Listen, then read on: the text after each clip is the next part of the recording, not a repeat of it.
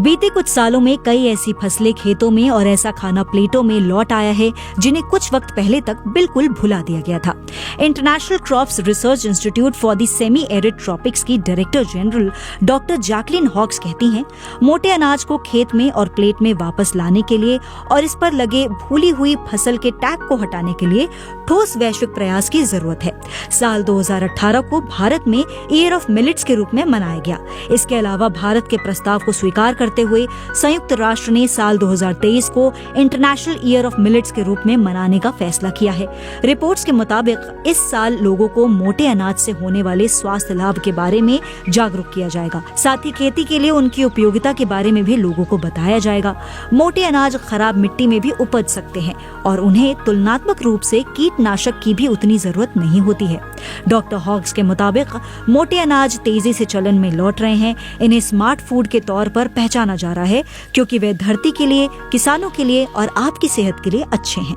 वो कहती हैं, इन्हें बहुत अधिक पानी की आवश्यकता नहीं होती है और ये अधिक तापमान में आसानी से बढ़ते हैं। ये फसल किसानों के लिए अच्छी है क्योंकि इनकी पैदावार दूसरी फसलों की तुलना में आसान है और साथ ही ये कीट पतंगों से होने वाले रोगों से भी बचे रहते हैं। मोटे अनाज स्वास्थ्य के लिए अच्छे हैं क्योंकि इनमें पौष्टिक तत्व अधिक मात्रा में होते हैं। अध्ययनों के मुताबिक बाजरे से मधुमेह को नियंत्रित करने में मदद मिलती है और कोलेस्ट्रॉल लेवल में सुधार होता है। ये कैल्शियम, जिंक और आयरन की कमी को दूर करता है और सबसे जरूरी बात तो ये है कि ये ग्लूटेन फ्री होता है। इस बात में अचरज नहीं है कि स्वास्थ्य विशेषज्ञ मोटे अनाजों को लेकर दिलचस्पी दिखा रहे हैं। भारत में करीब 8 करोड़ डायबिटीज के मरीज हैं। हर साल करीब 1.7 करोड़ लोग हृदय रोग के कारण दम तोड़ते हैं और देश में 33 लाख से अधिक बच्चे कुपोषण का शिकार हैं, जिनमें आधे से अधिक गंभीर रूप से कुपोषित हैं। प्रधानमंत्री नरेंद्र मोदी ने अपने एक संबोधन में भारत देश से कुपोषण को खत्म करने के लिए मिलेट रेवोल्यूशन की बात कही थी। विशेषज्ञों का मानना है कि भारत के लिए ये असंभव काम नहीं होगा क्योंकि सालों से मोटा अनाज भारतीयों के लिए भोजन का मुख्य स्रोत रहा है।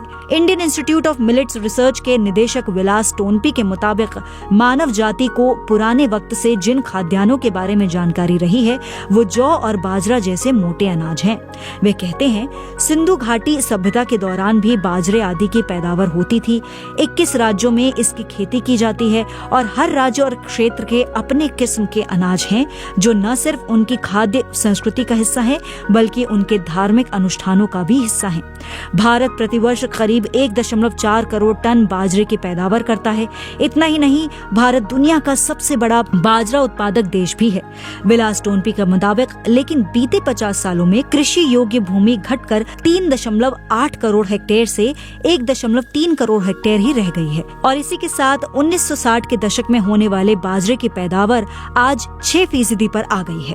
विलास टोनपी बताते हैं, उस समय तक भारत खाद्य सहायता प्राप्त कर रहा था और अपनी एक बड़ी आबादी के पोषण के लिए अनाज का आयात करता था। खाद्य क्षेत्र में आत्मनिर्भर होने के लिए और कुपोषण पर काबू पाने के लिए भारत में हरित क्रांति हुई और उसके परिणाम स्वरूप चावल और गेहूं की अधिक पैदावार वाली किस्मों को उगाया जाना शुरू किया गया। भारत में 1960 और 2015 के बीच गेहूं का उत्पादन 3 गुना से भी अधिक हो गया और चावल के उत्पादन में 800% की वृद्धि हुई।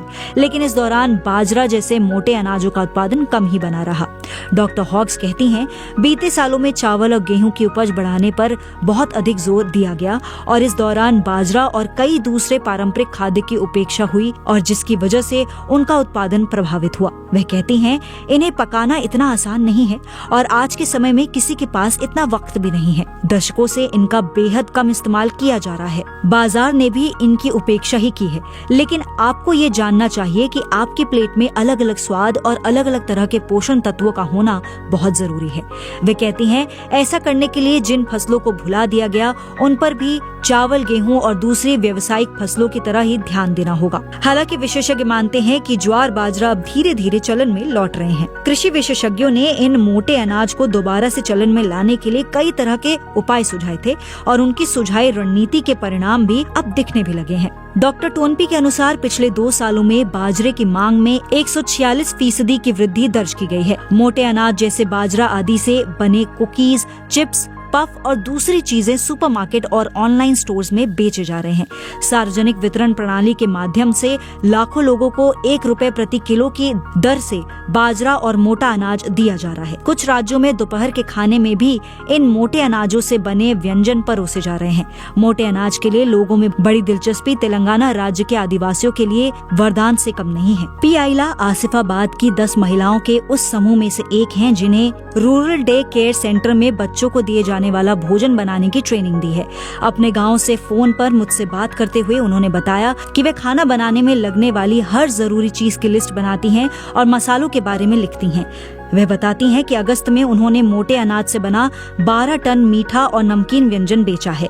आइला कहती हैं कि उन्हें यह नहीं पता कि लोगों का चाव मोटे अनाज के प्रति क्यों बढ़ रहा है, लेकिन वह इस बात से खुश हैं कि जिस अनाज को वह जीवन भर अपने मुख्य आहार के रूप में लेती रहीं, उसे अब और लोग भी पसंद कर रहे हैं।